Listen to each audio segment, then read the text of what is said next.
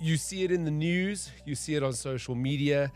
You mentioned the AI, which a lot of people are fearful for their positions, for their jobs. We're living in a bizarre time. Very bizarre. But I think this needs to happen.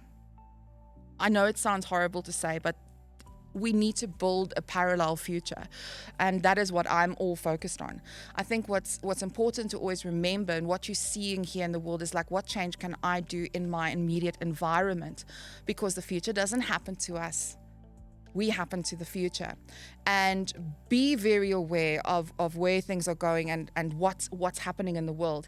One of the deadliest sins of leadership is myopia, is not knowing what's going on in the world. And we have to stare into the darkness a bit, so that we can create light.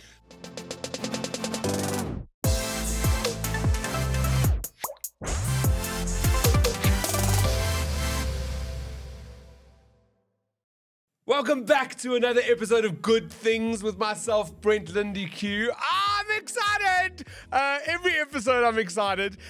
This episode, this show, it almost feels full circle. So Carmen Murray, the founder of Conscious Lead Hers. We go way back.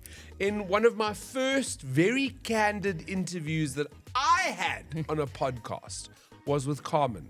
Yes. And I think that must have been 8 years ago. Yeah. 8 years ago. Yeah. Where we sat and we just caught up and we chatted, and it was still to this day one of the most incredible chats I've ever had. Oh, wow. I think about it often, but it's an honor to have you sitting in our hot seat here today. Welcome to the show. I'm so glad to be here. Super excited. Carmen, a lot has happened in 8 years. Yeah. The world has changed.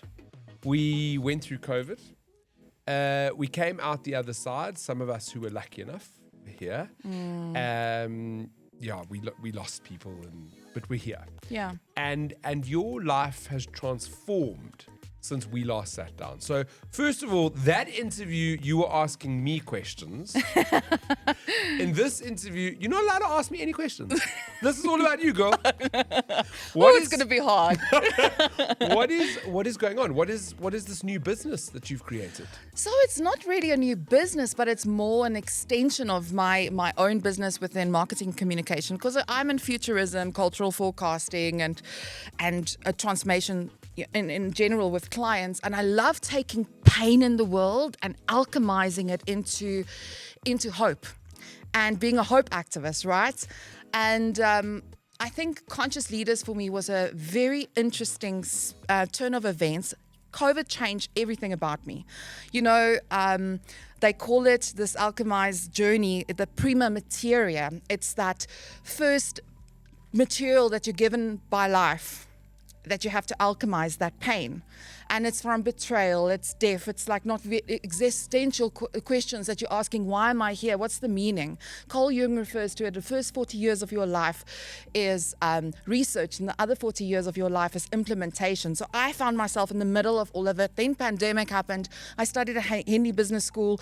I mean, what was I thinking? And then I became a futurist in this whole process accidentally. I'm gonna stop you right there. Yeah. For just our viewers and our listeners, what is a futurist? Well, I would say I'm a wannabe futurist. I'm not one of those futurists, but I'm an unconventional futurist, because I like to see what is happening in the world right now, and then imagine what the potential futures could be in the future, and then we work ourselves backwards. So almost pinging the future and then coming back and say, okay, right, the future doesn't happen to us. We happen to the future. So what can we do today in order to create a better future? Because right now, the writing's on the wall. We can't just look at the world, and I believe everybody should be a futurist, because every decision, you vote with your wallet, where you make decisions, where you work, where you move, all those things have an impact on your life. And I think that we need to really wake up, out of this sleep, to see what's really happening around us, so we can make more informed decisions. And that is kind of like how I found myself in here, and then elections and all of that. And I was like, okay, this is the thing. I'm enjoying it, and leaned into that with a curious mindset. A curious mindset. And that's where you became a little bit more conscious. Yes. So when you go through a midlife crisis, I don't know, but I mean, like, I like to you're say, too young for that. I like to say that I'm 29, but everybody knows that I'm not. I could possibly be going through a midlife crisis, maybe. On a bicycle, on a motorbike, doing things that maybe I wouldn't have done 5-10 years ago. I'm sort of leaning into the athletic route of whatever midlife crisis is. But yours was a little bit different. Yeah. Going through this midlife crisis when ChatGPT came out, because remember, being in the marketing arena and doing all of that, I brought AI and marketing to South Africa. The moment ChatGPT came out, I was like, oh, my life is about to be changed. I'm not going to have a job in 5 years from now. I better start working on things. So I was starting to panic, and I was just feeling like all of these things, when the towers fall down in every aspect of your life. My father then passed away during the pandemic. I'm so sorry. We didn't have a good relationship, and that was the trauma that I had to deal with during that. But then it's like you're given this map and this plan by society, by your parents, and this is what you need to do. And you go and then you just go, what is this life? I've reached that apex, but I'm bored. I don't feel fulfilled. What is this deeper meaning? What am I doing here? So I decided, you know what? I don't know what's my next 40 years. And I decided I'm going to take a year off leave, a conscious sabbatical. A whole year? A whole year, yes. What did you do in that year? So, maybe a little bit of context. My father used to do this thing with numbers. He used to have thousands of horse racing books, and he used to do all the formulas in the book, and he spent more time doing these formulas in the book and mathematical equations than having a relationship with his daughter. So I was like, okay, I'm going to actually take this. And I was really, when he passed, I was really angry, and I thought, okay, I'm going to try and understand him through numbers. And I went to go and see a numerologist, and I then was blown away by it, and I took a year off and I studied to become a numerologist, and that, my life changed completely. So you right now are a numerologist? Yes. Are you a practicing numerologist? I do consultations, yes. I do consultations, especially with conscious leaders. I've done over 200 free ones. I do it in my spare time to help women, also just to look and have introspection, because I don't want to go like a geek into the numbers, but it's a fascinating thing, and it's in our technology, it's in our economic system. There's a thing called Benfit's law. It's also even used in prediction software, which fits into your futurist side as well. Exactly. It's like this crazy thing, but you can't go into a corporate and say, hang on, I've just taken the business numbers, I've taken the country's numbers, I've taken the president's numbers, I've taken everybody's numbers. You've got a problem. Based on what, right? Yeah. So I was like, okay, I'm actually just not gonna. I have to find. It's like this new way of work that we're gonna have, which is it's no longer about ladders. It's about portfolios. So here's a little thing that I'm doing. Here's a little thing that I'm doing. But my big thing is, the futurism side of things. And anyway, so this numerology has absolutely changed my perspective on life, and also, we worked on missing cases, people that you did, like on crazy things, fraud cases, big cases, like unbelievable things that we were doing. And what's funny about it was most of the executives and go there to go and get information on how to implement ideas. And anyway, in corporates, but it's like this, It's so fascinating. It was fascinating. Yeah. So next year, for curiosity, we're going into a year which is all about leadership. Me, myself, and I. A lot of people are going to start businesses next year. It's the global year for that. It is going to be a very interesting year, and the energy that is all about independence and finding independence. And this is all across the world, that number, energy. This year's number is humanitarian. Look at what's going on in the world. So that gave me such a wonderful perspective. And I think that is where conscious leaders became like this catalyst for me, because I was like, hang on. So we go through this midlife crisis, this prima materia, this pain and things that we have to go through, because we realize we don't belong like we feel like we haven't lived the life we're meant to live. And then that actually creates the magnum opus, which is the great work. And I was like, what's my great work? And where your pain is, there's your calling. And so I just took this pain and I said, okay. Where your pain is, there is your calling. Yeah. And that's how I'm going to figure it out. And I started Conscious Leaders last year. We've done 1.5 million educational hours in under 2 years. Amplifying women's voices. We are taking, if you don't want to give us board seats, fine, we'll bring our whole bunch to your board, and we do panelists, and we bring all the women, we bring their voices to the table. Even we've now reached over 50 countries with our podcast. Like, it's really been very exciting. So I'm just like, I'm riding this wave and seeing where it takes us. But I want your audience also to be encouraged by these times are very strange. Yeah. And you can look. You don't have to say that twice. You see it in the news. You see it on social media. You mentioned the AI, which a lot of people are fearful for their positions, for their jobs. We're living in a bizarre time. Very bizarre, but I think this needs to happen. I know it sounds horrible to say, but we need to build a parallel future, and that is what I'm all focused on. I think what's important to always remember, and what you're seeing here in the world, is like, what change can I do in my immediate environment? Because the future doesn't happen to us. We happen to the future, and be very aware of where things are going and what's happening in the world. One of the deadliest sins of leadership is myopia, is not knowing what's going on in the world. And we have to stare into the darkness a bit, so that we can create light. So I love that, because being the good things guy, we're all about the light. Yeah. And we try to focus on the light, the good news, the hope. But when I'm on stage and I'm delivering keynotes, I remind my audience that you have to know what's going on around you, because then you don't know how to fix it. If you don't know, you won't be able to fix it. Yeah. So even though I'm telling people to focus on good news, at the same time, you have to check into the actual news as often as possible, so that we can stare into that darkness to find the light. Yeah, 100%. Because everything is predictable. Really?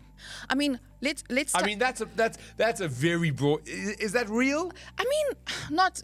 Obviously, we can't say the future is going to happen exactly like this. But it could. But the future is here. It's just not evenly distributed. Okay. So what you need to look at is, here's dystopia, here's utopia. You can't have either, because both of them are not good. You need to hold the tension between them, and then you get protopia. It's that little thing that you need to work on slowly but surely, that brings this more balanced approach. And it's like being comfortable holding tension. Now, what is that? That is creativity. And so what happened with the pandemic, and what's happening with many people, and what's going to happen when people lose their jobs because of AI, is a creative illness, which is midlife crisis. It's like a dark night of the soul. It's that moment where you're shaken up to reassess your life and to rebuild it, so that your greatest work can be born. So I need to throw like a little spanner in the works here. I love that. Throw it. Not everybody is focused on the future. No. I'm right in saying You're that, correct? very right. Yeah. And with that being said, not many people are living in the present. I don't know where they are. They're not in the future, they're not in the present, but they're definitely not looking ahead to go, I need to plan. Yeah. I need to be looking at these different, is it utopia, is it dystopia? Where am I working towards in my own life, in my job, in my community, in my relationships? Not everybody's looking that far ahead. And I get that, and I think that is. I'm guilty of that. No, so that's but what I I'm think saying. it's such a valid point. I mean, like, I love that point, and I think that's the space where I want to play. Is I'll do all the heavy lifting, and then I'll just come and show you. Here's what you need to see. And here's what you can do about it. And here's how you alchemize it. I think that it's very hard. And I had so I'm going to tell you something. I don't think I've ever mentioned it, but anyway. It's an exclusive. It's an exclusive. So The day I was born, a medical record was broken in South Africa. So my mom was sterilized by her previous husband. He passed away from leukemia, and she was sterilized, and so she couldn't have children. And once you were sterilized. And she met my father, and then that is when he said he wanted a child, and there was technology in America that they could reverse this, but they've never done it in South Africa. And I was a result of this technology that reversed sterilization. And the moment I was born, my mom was on her back for 9 months. And the other thing was, and this is going to fascinate you.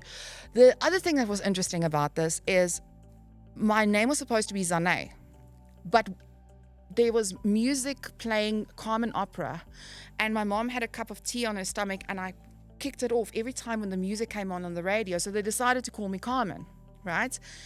And I always remember hearing the story when I was a child, and the whole technology. And every year of my birthday, my mom made me go through all the newspaper clippings, and I always had this thing of like, the technology is the future. Why am I here? My name is special. And it's all in numerology, the name thing, right? And I work a lot in the technology field. So, yeah. A lot of people that follow me know that my favorite number is 11. And I see it everywhere. And I know when you're looking for a yellow car, you see a yellow car. But it's far more than that when it comes to 11. So the house that I grew up in was 11, whatever the road was, my dad's house. If I get booked into a hotel room, it's 11. If I get an air ticket, it's and not even the seat, the air ticket number will have 11 in it. When I look at the clock, it's 11:11. And my understanding, I mean, people sometimes when I post about it, they'll reply going, it means this or it means that, and it's all very positive. But for me, when I see 11, it's mostly when I'm feeling unsure of myself. And when I see 11, it reminds me that I'm on the right track. Yes. In my mind, Yes. That's what it does. Yes. Where does that fit in with numerology? So there's two different things. So when you see the clock 11:11. Yes. Or you see all the time. Or you see 222 or anything like that. Usually what you need to do in that moment is, what was the thought I just thought? The thought I just thought. Because that thought, that's a confirmation that you're on the right track. The other thing is 11 too is a fascinating number. It's a spiritual number. It's also a very intuitive number. And it also is a water number. But what's fascinating about the 11 too, it's the visionary. It's the captain of industry. It is the president. It is the head of state. Like, it's that kind of thing. But the 11 too is a master number, which is all about impacting the masses. I'm speechless. Yeah, but we'll bring in the numerology when you come onto my show, and then we'll do it. That is a plan. That is a plan. You're very passionate about what you do, and it really comes through. This feels like in the second half of your 40s, because it's that first 40 and the second 40s. Closer to 50. you don't look a day over 30. Don't look a day over 30. No, we don't. Listen, I'm all saying my age. I am 46. We own it. Yes. We are 46. You seem to be living your purpose. And that must be so fulfilling, to be able to walk into boardrooms and speak about being conscious leaders. And it's just, to be in that position must be so fulfilling. It is fulfilling, but I'm also going to say, until the next challenge comes, then my purpose might change. And I think that is the journey that I'm on, is really becoming friends with change. I think we have been told change is such a terrible thing, but our bodies change just like this. Our neuron network, we have changes embedded in everything that we do. As you and I sit here, the past is already there. Everything has changed already. Yeah. And I think our relationship with change needs to really change in that sense. Well, but human beings are afraid of change. Yeah. We like consistency. We like to know what we know. Change is very scary. Yeah. Change is scary. Yeah. But what you're saying is 100% correct. Change is happening all the time. I mean, like, What's fascinating to me, if you look at technology is just a mirror of us. Really. It's us. It's our input. Our collective brain is in there. And it's one voice in the room. But how you engage with that tool and how you set rules and parameters with it and your biases and all of that and what you input into that thing is going to give it back to you. I mean, before I came here, I ranted on TikTok about a stat that I found that women are obviously 3 times more likely to lose their jobs due to AI, according to the World Economic Forum. And, we have these big challenges that women are not on board. We're seeing what's happening in the world because we don't have enough women, in seats. But what's fascinating about this is that Stanford did a research study and found that through 34,500 CVs that was generated by ChatGPT, the CVs generated for women, they made it much younger and less experienced. And then when they asked that the CVs must be evaluated who gets the job, it gave the jobs to the men because and what was fascinating is both the men and the women had the same qualifications. Is that what you're saying? It's a mirror. It's a mirror. It's a mirror. It's a mirror of the patriarchy and what has always been the thing. But, this is where we all have to come together to solve this problem. It's a us problem. It's not a you and me problem or a woman problem. And I think that is kind of like what I try to create with Conscious Leaders is like, hey, we're all for each other. We want to learn from each other, but if women can change society and if women shapes culture, because culture goes where women goes, 85% of global spend is because of women and women influence it. So if that is the case, then I'm going to bring women into the voices of the future and how can we shift and change things. I mean, we take women into the boardrooms and we say, okay, right, you don't have enough women on your board, fine. We'll bring a lot of experienced women and we can have a chat and tell you where things are. So we're bringing their voices in innovative ways to shape the future, at least for Africa for now. So powerful. The work you're doing is so important. Yeah. And I love how it brings in an aspect that sometimes we may not think about. Numerology, the future, all these different things that come together that have created this incredible organization. Yeah, and just the one thing that you have to remember is we're moving into the second Renaissance. We're moving into the second Renaissance. And if you can just always keep that in mind and just be creative. And what did the Renaissance bring? Polymaths, creative thinkers, multidisciplinary thinkers. So you can't just be an expert in one thing. And you have to go and study things that you don't believe in. That's important. Go study things that you don't believe in. I was going to ask you to leave one more tip before we go, but I think that's it. Yeah. I think that's it. That also opens us up to be open to the other. Yes. To the other, which Yeah. I think is important. Yeah. It's important. Because we need an army of critical thinkers in these times, and that's how you do it, is duality. You have to always go to the opposite side.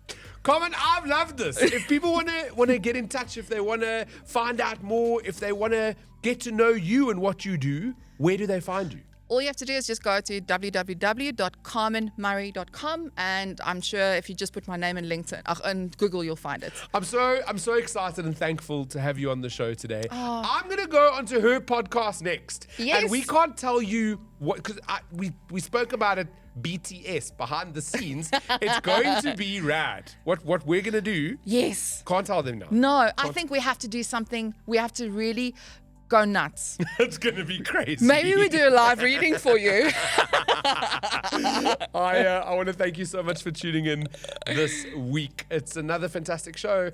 Please like, comment, subscribe, and share. My producer cucked me out.